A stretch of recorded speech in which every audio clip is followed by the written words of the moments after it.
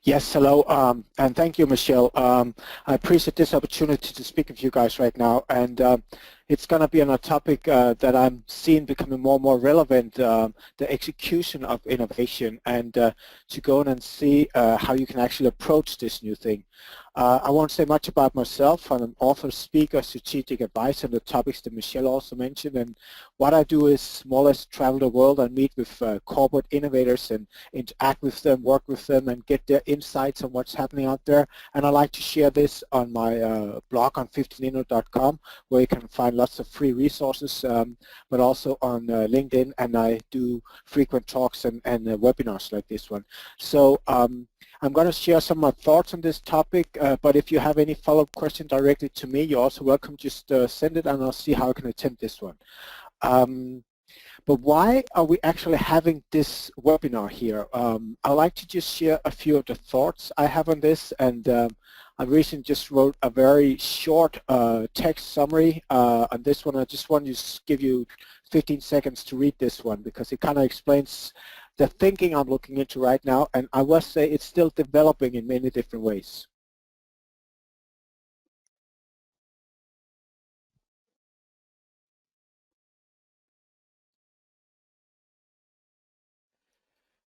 And as you can see, I like to try to focus on three things here. One is that we need to move away on ideas, and it builds on one of the things I'm looking very much into right now, that the front end of innovation is actually getting to be the easier part of innovation today.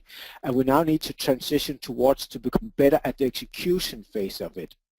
And part of this is also related to that the language of innovation is very fussy, and that's actually the best part of it, because we also have situation in many corporates today where they do not have a really good understanding what innovation means to them, and that can actually cripple organizations in many different ways. And then again, going back to one that corporate transformation here is key, not only on moving from front end of innovation to the back end of innovation, but actually changing how your organization looks like, how you can make it more prepared for the future. That's another thing we can look into. And I've recently begun really challenging corporate innovators by saying you need to be much more ambitious on what you're doing if you want to play a more strategic role in the coming years in your companies. I'm going to touch a little bit about these three things here, and I look forward to follow up in soon conversation with you. So just getting started, I'd like to share that there are three global megatrends that I see drive innovation today. And I think we can all agree that business in general, but also innovation in particular, is very much about getting faster all the time. And this happened in a community, in a setup, in a setting where it's more connected than ever. Hence the rollout, massive rollout of open innovation and external collaboration. And the third one is something I like to look into very much because we have a more transparent environment to operate in right now. And by a more transparent environment, I definitely mean that knowledge is much more transparent than it has ever been. And what we can look at here as a case study, a small example. For instance, I'm in Istanbul right now, and in Istanbul, if you have a startup here who gets a fairly significant amount of funding, let's say $1 or $2 million US, the whole world within the whole venture capital community will know about this in no time. Maybe a week or two, it'll be posted in different bulletin boards, and people say, okay, this company here got a fairly sizable investment here. They got started. You'll check out what they're doing. And if it looks interesting, you start to see copycat almost immediately. Hey, someone's investing here. Now we can do the same. We need to get into this game, check out what it is. And you just kind of get this lemming effect.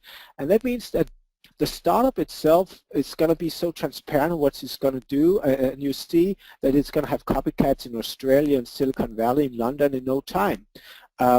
So this transparency and how it actually becomes a way in which others can act on it is happening fast within venture communities, startup communities. However, the big corporates are definitely not as fast in this one. It might not take 2 weeks, it might take like 6 months before they really understand what's happening in this area. And then they need another 6 months to find out how to adapt and react to this one. And so it goes on. So that's one of the elements. If we want big corporates to become much better at what they're doing and much better corporate innovation, they need to act more on this thing that's happening on the transparency of knowledge. I'll share some insights on what we can do in this one later on. But first, this is not really a new thing, but I think it's becoming something we need to address in a more direct way, and that is the term innovation might not matter as much anymore, and we need to see what we do about this within the organization. And recently I was in New York, and I just saw this one, this picture here, and just said, oh my God, this is just another reason why we need to be careful about how we use the term innovation. So we got Sir Halliburton. I have no doubt they're doing some very, very good products, some very, very good suitcases, but they have been designing innovation since 1938. I mean, why would they use the word innovations in this context? Well, they might think it's not flashy, it's a good message to send out there, but it really just deteriorates the term itself, and it brings much more confusion to us working with this in a more professional way, and really makes me think, do we have a problem seriously with innovation here? Maybe we should start talking less about this one. And when it comes to the definitions of innovation, I don't believe a large company with lots of thousands of employees can go in there and just have a single definition of what it means. Instead, they need to go out there and see how they can create a common language, a common understanding of what it means. And they need this in order to work with both the internal and the external stakeholders and get them on the same page. And I also believe that you should not really go out there and take the definitions from authors, speakers, experts, whatever we call them. You need to find some understanding, a common language based on the specific situation of the company. I recently wrote an ebook which is freely available on my website called The 7 Steps for Open Innovation. And step 1 is very much about the language and the mandate that you need to look into this one. So that's something you could check out as well. And some of the examples we can use here is that what does, for instance, open innovation means to some companies? And we can take this example of Tate & Lyle, a UK-based company, and we like how they go in fairly short language here states, this is what it means to Tate & Lyle. And it also says what, in short, the aim of open innovation is to deliver faster growth. And a few more things here, because they also have an idea how to make this happen. Partnering with companies, helping to grow innovation pipeline for external source products and technologies, and finding new products and technologies we cannot create alone. Okay, so now they know, have a ballpark idea what it's about, they know how to make it happen. And then what I really like about the work by Tate & Lyle is they have this one, what it does not mean. Sometimes it's actually easier to say what things are by defining what they are not. And now we got a pretty good example here for Tate & Lyle that maybe can inspire some of you guys to see how you can work with the language and the understanding of innovation in your company. Not only just open innovation, but innovation in general. So there's 2 key questions that we can look into here, and it ties into some of the things I said before, and again, the step 1 about the language and the understanding and the mandate and the strategic purpose of your innovation efforts, which I talk about the step 1 in my 7 steps for open innovation. These are the 2 questions here.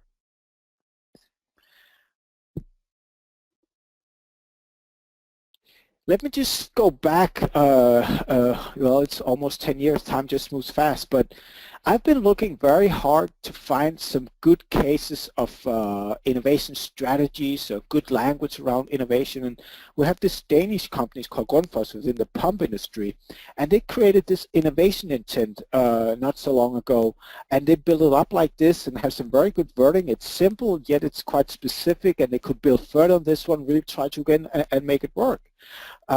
And then something happens not so much later that it was born in 2008. It got lots of interesting initiatives. They had interesting efforts in this one, but they didn't get nearly enough traction, and unfortunately this also coincides with the financial crisis. So it was more or less declared dead in 2013.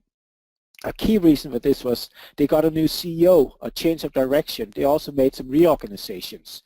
And we see these corporate reorganizations every 4 or 5 years, and they can be very damaging to the work done by corporate innovators. Again, the case here. And as a result, there are actually very few people, when I speak with them at Grundfos, they can state a corporate understanding or share a common language on innovation there. And this becomes a problem for a company like Grundfos, because I sometimes work with a concept I call that you have 1.5 chance to get it right. So Grundfos started this initiative, and they shared lots of interesting insights on how to, well, they started lots of interesting initiatives to get innovation moving forward within the organization. But now, 6, 7 years later, they're pulling out. They kind of stopped these things. And what's going to happen now, they're in a transition mode. They need to get the new CEO on board and start to revamp some things. And about a year or two from now, they'll probably do another major push on innovation. But you know what? They already blew the first chance. They had this opportunity in 2008 to really go in and create something that could have some lasting impact. Now they only got half a chance to make it right, because people do remember in organizations. They will remember that we actually tried quite hard 6 years ago to get this started. We really tried to push this forward in an organization, but you guys in charge, you let us down. And now you're asking us to go out and do this again? I'm not so sure I'm going to commit to this one. And that's what I mean by they only got half a chance now to get it right. It's going to be so much more difficult for them to proceed. So language is important, and language, the wrong kind of handling of the language can be crippling your innovation initiatives. And I hope this just gives you an idea what I mean by this. So I also stated that the front end of innovation is the easier part of innovation. And what do I mean by this one? I have to compliment our host here because Hype Innovation and other service providers within the field of innovation management, idea management, are doing a very, very good job of making the idea gathering, the idea management so much more efficient. We're starting to see much better tools, much better service for making this happen. And this coincides that we're finally seeing some kind of maturity with crowdsourcing and open innovation. So if in a company of a certain size, like 1,000 employees and beyond, if they cannot find enough ideas within the company itself, they can definitely go outside the company, and they will have enough support systems in order to really harness these ideas and to work with them, move them forward. If a company or corporate innovation team feel they have any kind of problems with ideas today, getting ideas, even getting the right ideas, the quality ideas, I would have to challenge them by saying, you're not doing your job good enough. There's so much services, support system in place, and there's also so much knowledge about how to do the front end of innovation. There's so much insight available. You should be able to figure this out in almost any kind of company today. So this is becoming the easy part of innovation. And we're also seeing just here that when Bombardier did this challenge to kind of a hype, they got so many ideas. And they could even go in and put them in many different categories. So ideas is no longer the problem, and handling ideas is becoming much easier than ever before. When we go in and look at ideas, I'm a strong advocate that you need to go in and actually accept that people are the most important ones to make them happen, to execute on the idea. So I have like 6 or 7 mantras that I like to speak about, and this is one of my most important ones. When we talk about innovation today, especially the execution of innovation, it has to be people first, process next, then ideas. And what I mean by this is that you often see that companies develop what you can call idea pools or project pools, and they put them into early stage, mid stage, late stage ideas, or they might even go in and say that they have discovery, incubation, and acceleration phases. So we're very good at doing this with ideas, and then have some kind of a stage gate model to move them forward. And hopefully stage gate model like this will have some kind of looping effect, so you can do a more iterative approach to it. But what we are lacking big time is that we have a similar system for identifying people and putting people into, I don't like to put them into boxes, but I hope you see what I mean by putting into boxes of discovery, incubation, acceleration. Look at your people around, identify and develop them and see, are they good at getting ideas in the discovery phase? Are they good at incubating ideas like, okay, I can see this idea is quite interesting. If I put it over to this business unit, business function, we can actually make something happen here and work on this one. And others, again, will be very good at accelerating ideas and really bringing them to market in a big time. If you can go out there and build people pools like this one, which means that when you have ideas in different stages, you can easily attach the right people to the right idea at the right time, your execution will work much faster, much more efficient than it might be working today. So think about this one, people pools. The third topic I like to get into a bit here is this thing about corporate transformation, and maybe this idea about stop talking so much about innovation, just executing. And there's a guy, Stephen McGuire, who some years ago developed these thoughts and ideas about what an entrepreneur organizational culture could look like. And you can see some of the elements he puts emphasis on here. And we can find similar things. There's been lots of work about what an innovative organization, innovative culture would look like. But it's usually based on elements like this one. And people like us working to a large extent, if not full-time, on innovation, we can nod to these things, say, yeah, it's about right, that's what we should be about it. But we know this stuff, we've been working with this stuff, but we also need to ask ourselves some questions here. Does this even make sense for other business functions? Finance, supply chains, engineering, who do not necessarily work with innovation on a daily basis, or at least not in the context that we see it in product, service, or technology. And I'm just starting to think here, would it be better to drop all this talk about innovation, again going back to the term is losing its value, and what if we did not talk about innovation but just said we want to create a strong corporate culture? We have an idea what innovation looks like, but maybe we should try to do an exercise to try to do all this work and do presentations like my own and go in and do the work in the organization without even mentioning the word innovation. I was actually very close going to say here with this presentation, should I try to create this presentation and prove the point that it can actually be done to talk about these things here without even once mentioning the word innovation? I'm way over that line. I think I used the word about 50 times already now, so I'm guilty of my own charges here. But it would be an interesting challenge, and I could see myself giving a similar talk like this one next year, and I would have downsized the use of innovation dramatically. But what comes instead here? And that's what I like to go and just share some of my current insights. Again, this is really just evolving work and something that we need to look further into as an innovation community in general. But I would like to go and see that a strong organization in the future has to listen much better. We're going to see this more transparency of knowledge, and we need to get the big corporates to be able to go out there and actually listen better to internal and external stakeholders, markets and other places of influence on the business. And once you start listening, you need to be able to adapt and also react to what you see out there.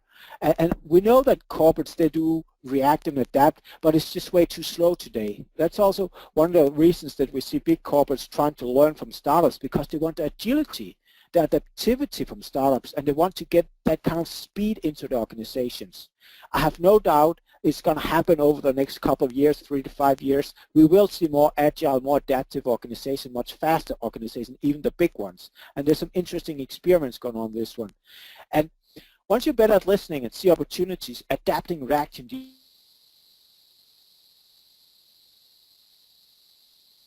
go and build further on the mantras of lean startups and fail fast, fail cheap, fail often, and things like this one. And when we do experimentations, I came up a few years ago with a term called smart failing, which implies that when we do experiment, there will be failures, and we need to be able to accept those failures. And more importantly, we need to be able to learn from these failures. This should put us in a position, again, if you especially also put in the people pools and the people part of this one, you will be able to execute better on your chosen projects. These are some of the work I'm looking into right now, and as an evolving piece around this one, what is the role for corporate innovators in this one? So right now we're in a transition phase. We're still kind of grappling with this idea that ideas and the front end of innovation is the most important thing, but more and more are starting to follow this line of thought that is becoming the easier part. We're transitioning in to see how can we then go in and make a better shift from just getting ideas to actually executing better on them. And let me just share you some of the examples I'm looking at and trying to do some research on. Maybe this can inspire you as well. Actually, some years ago, I listened to a talk by Fernando Burgos, who was a vice president in Telefonica O2, and I also had some talks with him afterwards. And I like how he said that execution is what really matters with regards to innovation. And this is 2 years ago, 2.5 years ago almost. And I like how he talked about that at Telefonica, being a huge company, they actually decided to set out that the engineering and other areas, they would create an innovation engine with 6,000 employees. And they created some very interesting corporate accelerator programs as well that could go in and help them with the execution of innovation. So interesting things and something you can look into further how Telefonica actually approached this one. In Singapore, there's so much focus on the financial technology and innovation within financial technology, the fintech community. And something you can definitely look into, both because they have some very interesting people running this organization, very smart and bright people, but they also set up something called FutureLab.sg. So FutureLab is a part of MetLife, the large global insurance company. And they set this one up to build what they call an insight-driven growth engine to execute on the potential opportunities in Asia. And this is a very good example of corporate accelerators that are popping up everywhere right now. And corporate accelerators can serve two purposes primarily. One is they can go in and get new insights on how to do things and bring that back into the large organization, so they kind of train and provide some impact on this large organization. But we also see them as very efficient tools to execute on ideas and innovation projects. They can just do things faster and better and do this not only with the resources within the company, but also with the ecosystem in the thinking of open innovation, external collaboration that they set up for this one. And again, FutureLab is just one of many, many of those corporate labs worth looking into. GE is one of the largest companies in the world. But it's also one of the companies I look to first when I need to see what's happening in the field of open innovation and executing on innovation. They have tried lots of different things over the years. Some of you might have looked into the Eco-Imagination Challenges, which was an interesting way to go out there and solve some of the really big issues in the world. One of them would be electricity smart grids, how to go and work with this. And I like how they not only tried within the resources of the company, but also to bring on board some very interesting setup of partners here in order to not only get ideas, but also to execute on them. They took this to even a step further when they launched the First Build initiative. And the idea of First Build, if you go and check it out, firstbuild.com, was simply to go in there and co-create a new world of home appliances. And you can see this is basically the ideas and how it works. You can go in there, ideate, evaluate, make, produce, and sell. So here you have a setup in which you got the crowdsourcing, the getting together of ideas, building on ideas of others.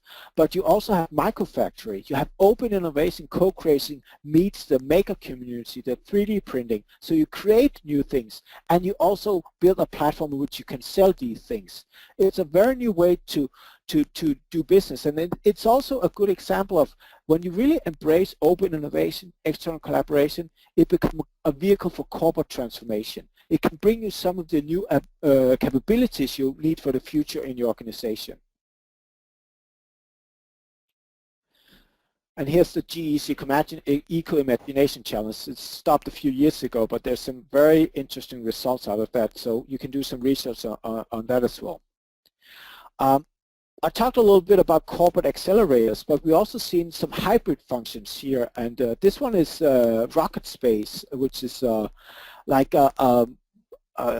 a place where you can go in as a startup and get an office room, but at the same time they have 20 plus large corporates having offices with them. So it becomes a very good mixing ground and communication interaction ground for startups and big corporates, and it's some interesting results are coming out of this one. So the meeting places like this one is another interesting way for you to learn more about the execution of innovation. The term entrepreneur or entrepreneurship, not everyone knows about this one, but I would definitely suggest you should get to know it, and you need to check out some of the initiatives that's been doing this one.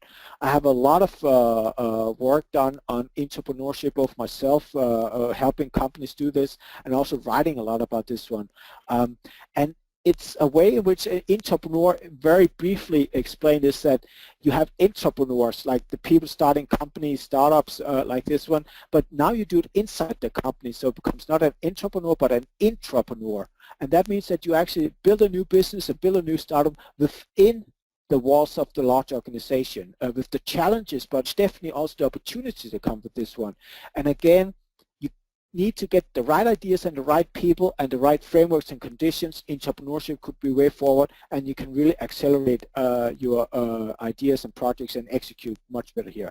There's actually a growing conference on this one called Entrepreneurship Conference. They're doing the 6th one in New York in October, and they do this like every 6 months.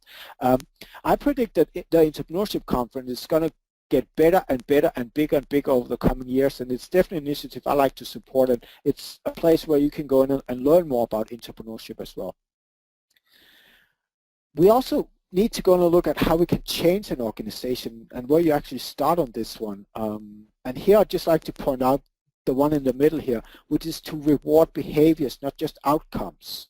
We've been dealing with how to actually do innovation metrics for the last 20 or 30 years, but we haven't been able to solve this problem. We do not have a commonly used set of metrics we can use to go out and see which companies are doing better than others with regards to innovation. It always ends up being some kind of apple and pears comparison because of different companies, different interests, and things like this one. But what I've noticed, and what is something that maybe we need to go and change a little bit, is that we are very much focused on these metrics on outcomes. What are the innovation outcomes? So innovation outcomes are almost by definition historical. So it's based on something that's happening over the last 3, 6, 12, 24 months. And even more important, they're outcomes based on decisions that were taken even further back. So can we actually go and use this if we want to change an organizational culture? Can we go to use metrics of the more traditional kind here when they're based on outcomes?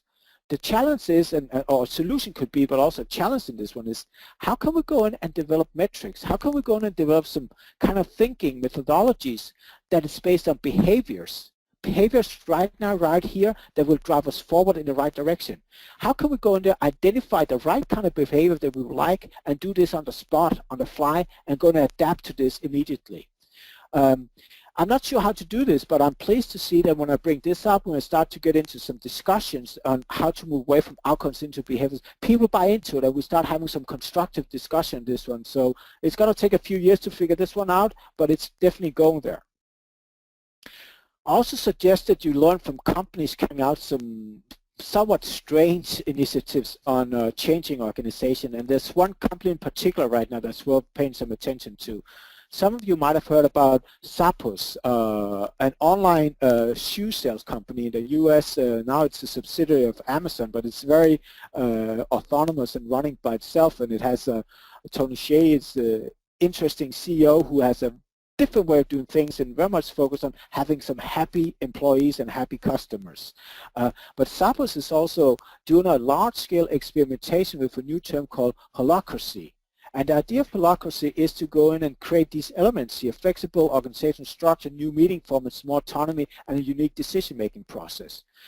It's been taking some heat recently because again, Zappos is a strange company, interesting company, and they said that, okay, we've been trying to do Holacracy for quite some time. I think they've been at it by a year and a half or something like that now, and it got to the point where it didn't move along fast enough. This is difficult stuff to implement.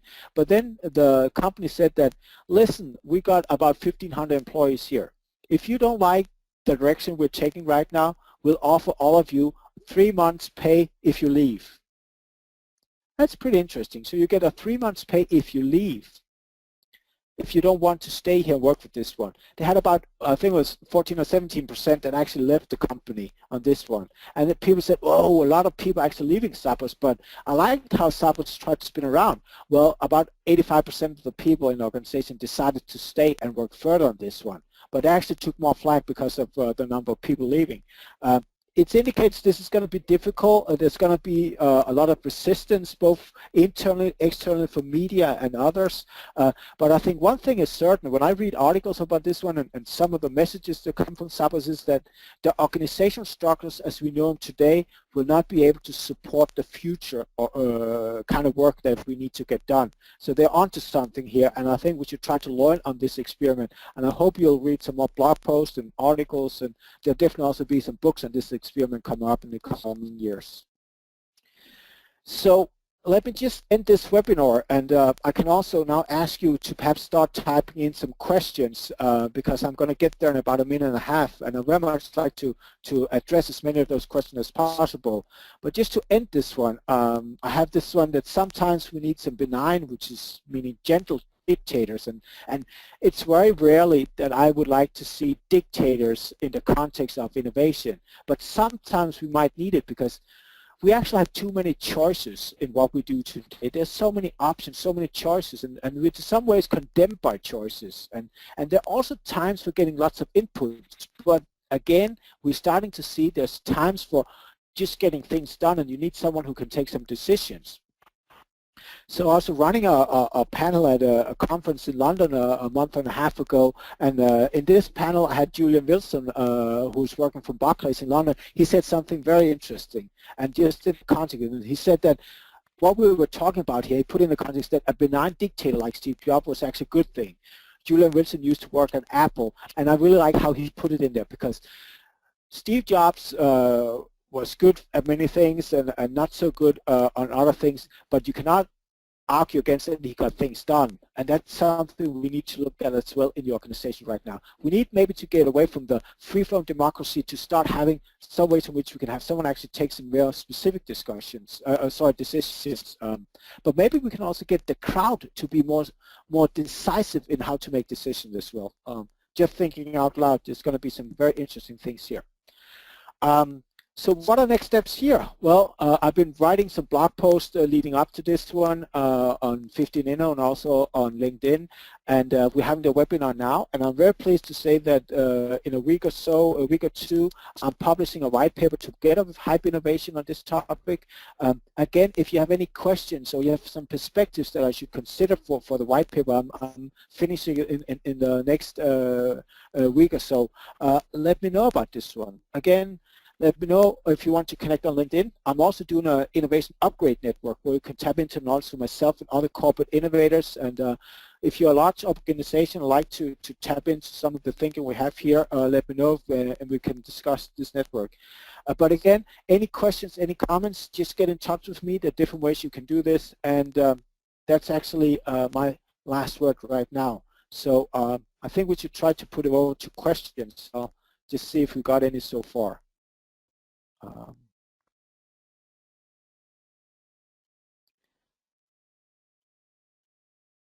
So there's a question here on how we can break down the hierarchical structures. And on this one, go in and look at what's happening with Zappos and see what they're doing in these elements here. That would be, they actually operate in circles to try to eliminate the managers and decision makers and make circles that can make their own decisions. It looks messy at first, but that's a way that you can, they're at least trying to find some ways in doing this one. There's no clear answer on how to break down hierarchical structures, but we can try to move in that direction, and we need to experiment with this one. And Zappos and Holacracy is one of the best experiments to learn from right now, in my view. Another question is that companies should become better at listening. And the question is, can you use social media for this, and how?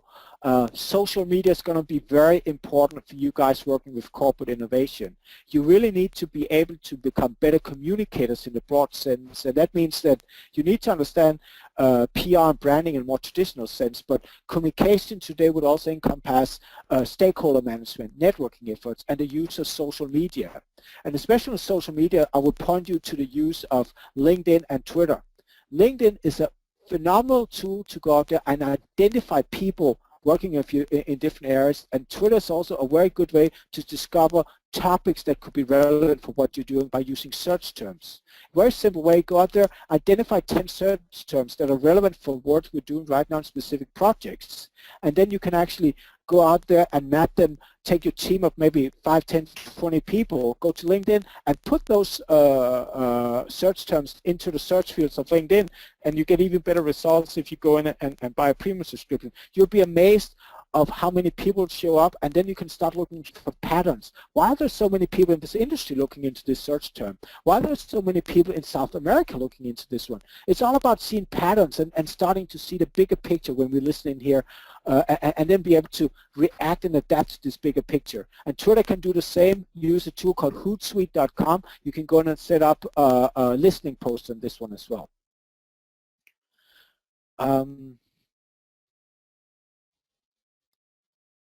Is it better to do the Google time thing or to create an execution department for broad range of skills to experiment? I'm very clear about the Google or the 3M that are some of the companies that are renowned for giving 15-20% time off for employees to work on the new thing.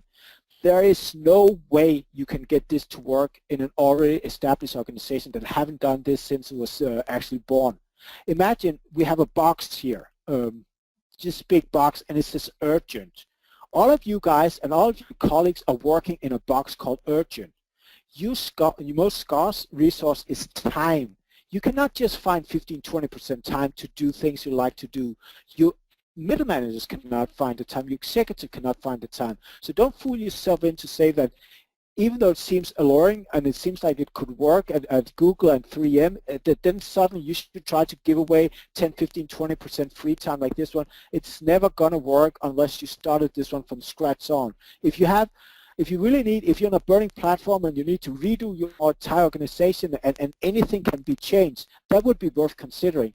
But most organizations are actually doing okay or they're doing good. You cannot just imply things like this one. And I don't think you should have an execution department as such. You don't want to put this in a specific area. You want this to be embedded in the entire organization. It's the same thing when we look at open innovation and external collaboration. You don't want this to be a separate unit. You want to integrate it in how you actually do things within the organization. And there's a question here, what process are you suggesting for innovation management? Stage gate is the question here. I'm kind of mixed on StageGate. Actually, I think the guys doing the work on StageGate has some very interesting thoughts and methodologies, and it's been time tested over and over again. We just need to be careful that the StageGate doesn't become too linear a process. Today, innovation fails most often because of timing. You're either too late or you're too early to the market. And if you are too early to the market, you need to be able to save these things. Maybe I heard in Spain from a company that said they have an innovation refrigerator where they could put in ideas, just freeze them and wait for the timing to be right. So you need to be able to go back to ideas. So sometimes the stage gets you kill ideas or you give them a go. There's no middle ground here. And I'm not advocating that you should have lots of zombie projects that could kind of be living deaths here, because they can suck out resources faster than you think in any organization. But you need to consider timing is key for innovation to make it or not. So you also need to be able to go forth and back in your stage gate process. What is the opposite of front end for the front end of innovation? It actually, there's a term called the back end of innovation, which encompasses many of the things we talked about here today. I can also recommend that you go out there and search on a conference called the back end of innovation, because here you can see, just go there and check out the website, and you can see some of the topics that they're addressing here and some of the topics that you might should consider as well. So the back end of innovation would be the answer to that one.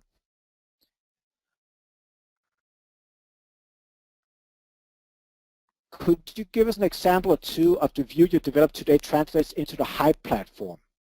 Well, my understanding of the Hype platform today is it's very much about the idea management and innovation management in the earlier stages. And what I would like to see is that this is the kind of software we have is really growing, and we're going to see more and more consolidation in this area, because it's becoming something that more and more companies are going to buy. And when I look at Hype innovation, when I look at MindJet, Bright Idea, and those companies, when I look at related services like Nine Sigma and Ascensive, these companies have had a fairly hard time due to the financial crisis, but they're in a prime position to grow some interesting companies, and they're also going to be acquired, some of them be consolidated.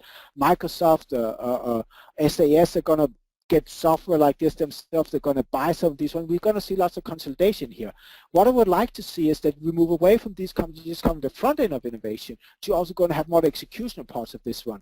So it becomes more like like management tools in some ways, because we need more like an execution mindset in organizations. We do not need necessarily an innovation mindset. We need to reword this one, rebrand this one, and I like to see the platforms like Hive to develop with this direction, and then we'll see some of that's rooted in what they're doing today, but they will have different opportunities in the coming years. And I have a question. Do this thinking on innovation also apply in Asian cultures, in particular China? My view is that Asia is far behind on the kind of innovation management we're discussing here today. They're very behind in the thinking and adaptation of open innovation, external collaboration. That's actually one of my missions right now, is to put this further up on the agenda, get Asia more on board here. But on the other hand, China is a different beast by itself, and China is interesting in so many ways. They're scary and fascinating in many ways because they can get things done.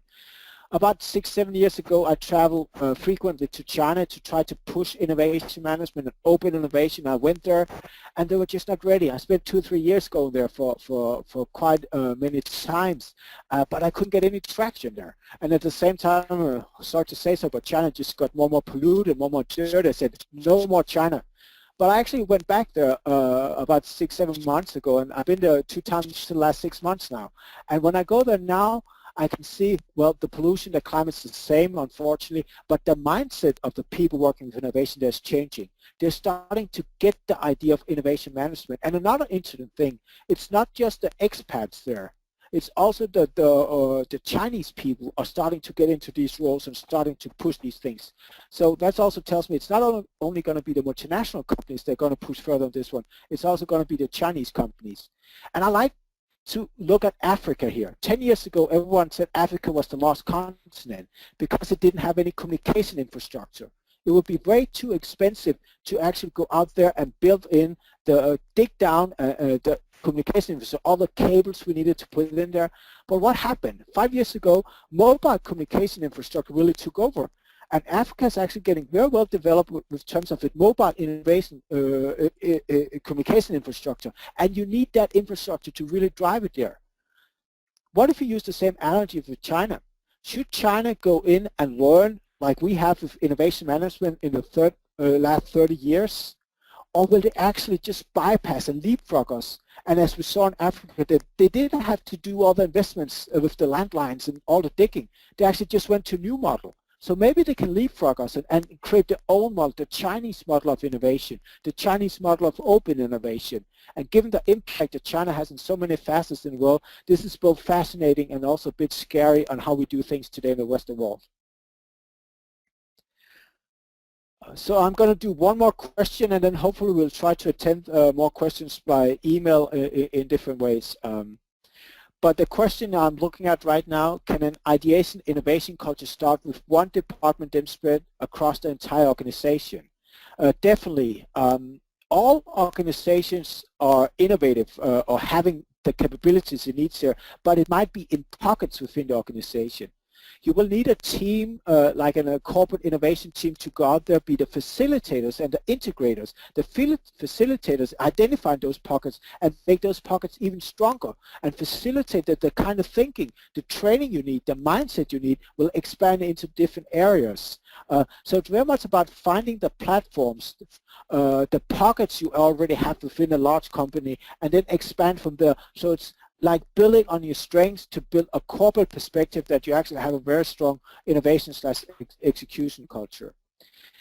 I'm going to round up now, but I would like to ask you guys a question, and it would be that I very much like to hear if you had one single key takeaway from this talk. So if I said lots of things here, probably too many things here, but maybe you have just one single key takeaway that really resonated with you where you said, aha, this is interesting, I didn't think of this one. So think about this one key takeaway, and I would very much appreciate if you write that back to me, but in no more than one sentence. So one thing and one sentence. And then I hope we'll find other ways to connect and interact. And Michelle, would you like to just do the round off here? Absolutely. So thanks for everybody who's been here with us today, and I hope you were able to grab some takeaways.